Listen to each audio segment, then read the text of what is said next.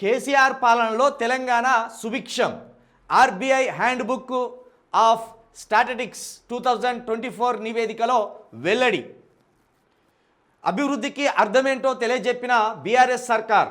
ఆర్థిక ప్రగతికి కీలకమైన పలు అంశాల్లో అద్భుతమైన పురోగతి. కేసీఆర్ 10 ఏళ్ల పాలనలో తెలంగాణ అభివృద్ధికి నోచుకోలేదని విమర్శలు గుప్పిస్తున్న వారికి ఇది చెంపపెట్టే. ఆయన పాలనలో ప్రతి రంగము పరిఢమిల్లిందని, దేశానికి తెలంగాణ దశ దిశ అయిందని సాక్షాత్తు భారతీయ రిజర్వ్ బ్యాంకే సాక్ష్యాధారాలతో సహా వెల్లడించింది.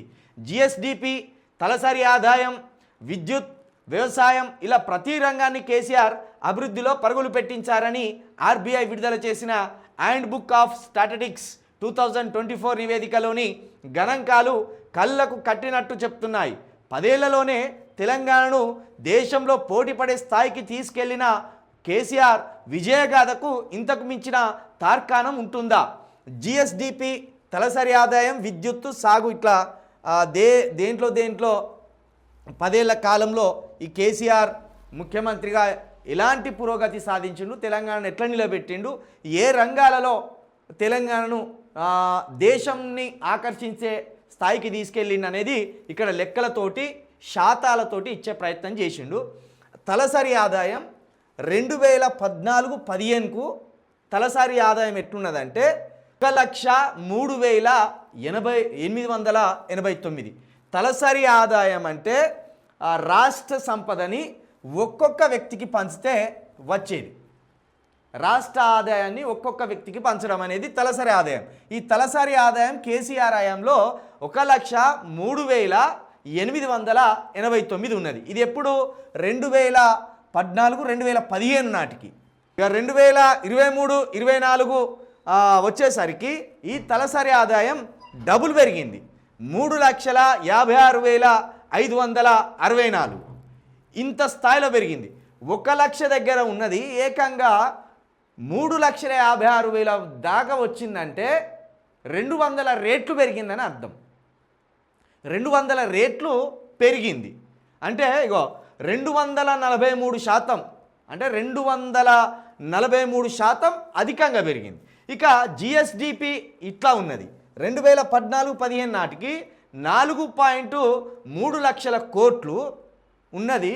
2023 నాటికి 15.1 లక్షల కోట్లకు పెరిగింది.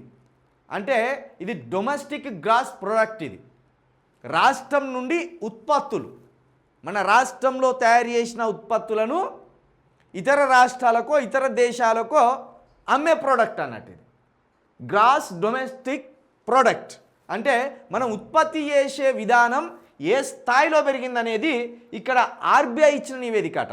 ఇక్కడ చిలక ప్రవీణో లేకపోతే బీఆర్ఎస్ పార్టీ లేకపోతే కేసీఆర్ రాసుకొచ్చిన లెక్కలు కాదు ఇవి.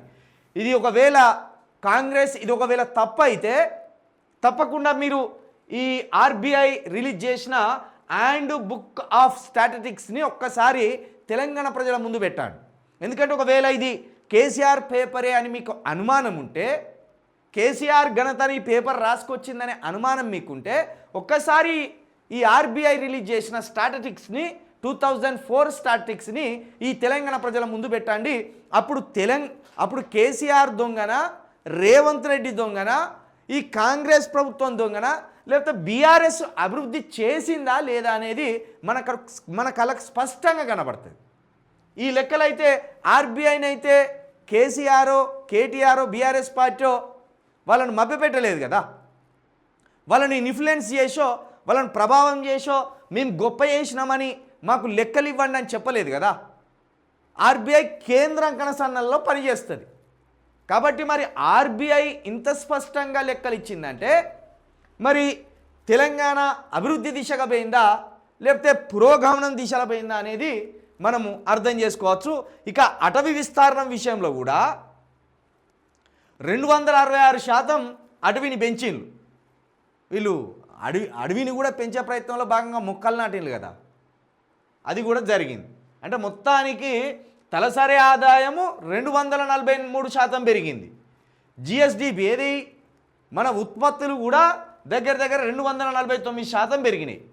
ఇంకా దీన్ని బట్టే కేసీఆర్ తెలంగాణను మరి ఈ దేశంలో నెంబర్ 1 దిశగా తీసుకుపోయిందా వెనుకకు తీసుకుపోయిందా అనేది ఆర్బీఐ లెక్కలే ఇక్కడ స్పష్టంగా చూపెడుతున్నాయి. ఇక దీన్ని బట్టే మరి రేవంత్ రెడ్డి గారు ఏం మాట్లాడుతారో చూడాలి. ఇక్కడ చూస్తేనేమో ఇప్పుడు మీ అధికారం వచ్చి సంవత్సరం అవుతుంది. సంవత్సరంలో అయితే ఇంత పురోగతి మీరు సాధించాలంటే ముక్కున వేలేసుకుంటారు, ఎవడన్నా పక్కున నవ్వుతారు. ఇంకా లేదు ఇవంతా మేము ఒక సంవత్సరంలోనే చేసినామని మీరు కనుక అంటే ఇక ఎర్రగడ్డలో ఉన్న పిచ్చోళ్లకు మీకు తేడా లేనట్టే. ఇది 10 సంవత్సరాల్లో సాధించిన ఘనత. సంవత్సరంలో మీ ఘనత ఏమున్నదో మీరు కూడా లెక్కలు ముందటేయారు. లేకపోతే ఆర్బీఐ చెప్పిన లెక్కలు తప్పైతే ఒకసారి మీరు కూడా సరైన లెక్కలు తీసుకొచ్చి చూపించండి. ఇప్పుడు మొత్తానికైతే కేసీఆర్ అభివృద్ధి చేసిండు అనేది ఇగో ఈ ఆర్బీఐ చెప్తుంది. నిజానికి కరెంటు విషయంలో ఊహించని పురోగతి సాధించినాం, వ్యవసాయం విషయంలో ఊహించని పురోగతి సాధించినాం. కిరణ్ కుమార్ రెడ్డే ఒక స్టిక్ పట్టుకొని పవర్ పాయింట్ ప్రజెంటేషన్ ఇచ్చాడు. తెలంగాణ అనే రాష్ట్రాన్ని ఇస్తే గనక చిమ్మన చీకట్లో దక్షిణాఫ్రికా ప్రాంతం లెక్క అయిపోతుంది అని ఒక స్టిక్ పట్టుకొని పవర్ పాయింట్ ప్రజెంటేషన్ ఇచ్చాడు.